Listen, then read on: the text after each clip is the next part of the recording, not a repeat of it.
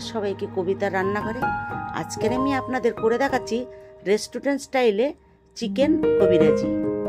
এই কবিরাজি নামটা শুনলেই ইতিহাসের মুঘলদের কথা মনে পড়ে। চলুন তাহলে দেখে নিন আমার এই স্ন্যাক্সের রেসিপিটি। আমি এখানে 400 গ্রাম বোনলেস চিকেন নিয়ে পাতলা পাতলা করে কেটে নিয়েছি, এই যে এরকম ভাবে। এর ভেতরে আমি লবণ দিচ্ছি, ভিনিগার দিচ্ছি 1 চামচ, সয়া সস দিচ্ছি 1 চামচ, পেঁয়াজ বাটা দিচ্ছি 1 চামচ, রসুন বাটা 1 চামচ, আদা বাটা 1 চামচ, গরম মশলা 1 চামচ, আমি একটু 4টে কাঁচা লঙ্কা কুচিয়ে রেখেছিলাম ওইটা দিয়ে দিচ্ছি, আর একটু ধনেপাতা দিয়ে দিচ্ছি কুচিয়ে।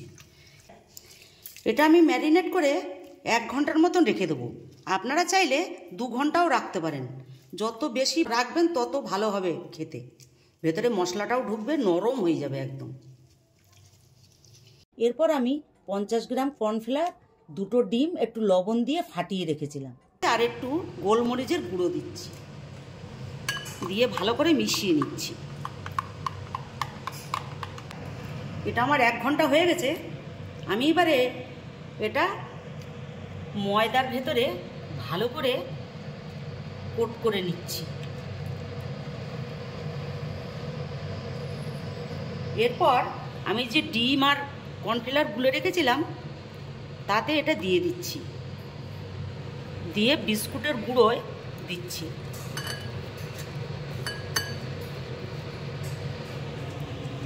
আমি সাইডে একটা কড়াতে তেল বসিয়েছিলাম, তেলটা আমার হালকা গরম হয়েছে, এবার আমি দিয়ে দিচ্ছি। তেল খুব একটা গরম করবেন না, তাহলে বিস্কুটের গুঁড়োগুলো পুড়ে যাবে। এটা আমার ভাজা হয়ে গেছে, এবার আমি এটা তুলে নিচ্ছি। আপনারা ঠিক এরকমভাবেই ভাজবেন।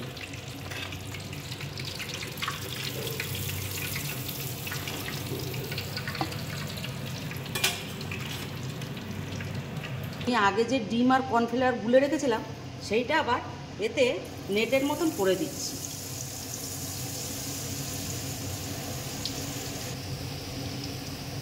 আমি এবার চিকেনের পিসটাকে কর্নফ্লাওয়ারের ব্যাটারে আবার লাগিয়ে নিচ্ছি।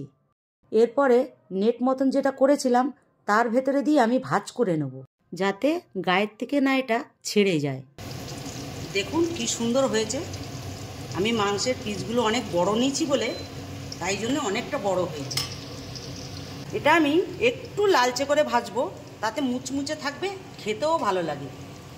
এই নেটের মতন না করলে কবিরাজির মানেই হচ্ছে না।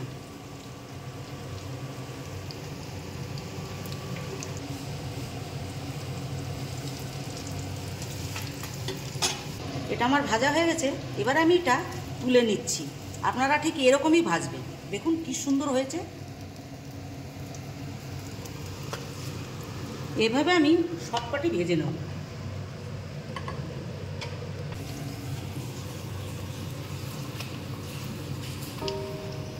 আপনারা এরকমভাবে চিকেন কবিরাজি করে খেয়ে দেখবেন।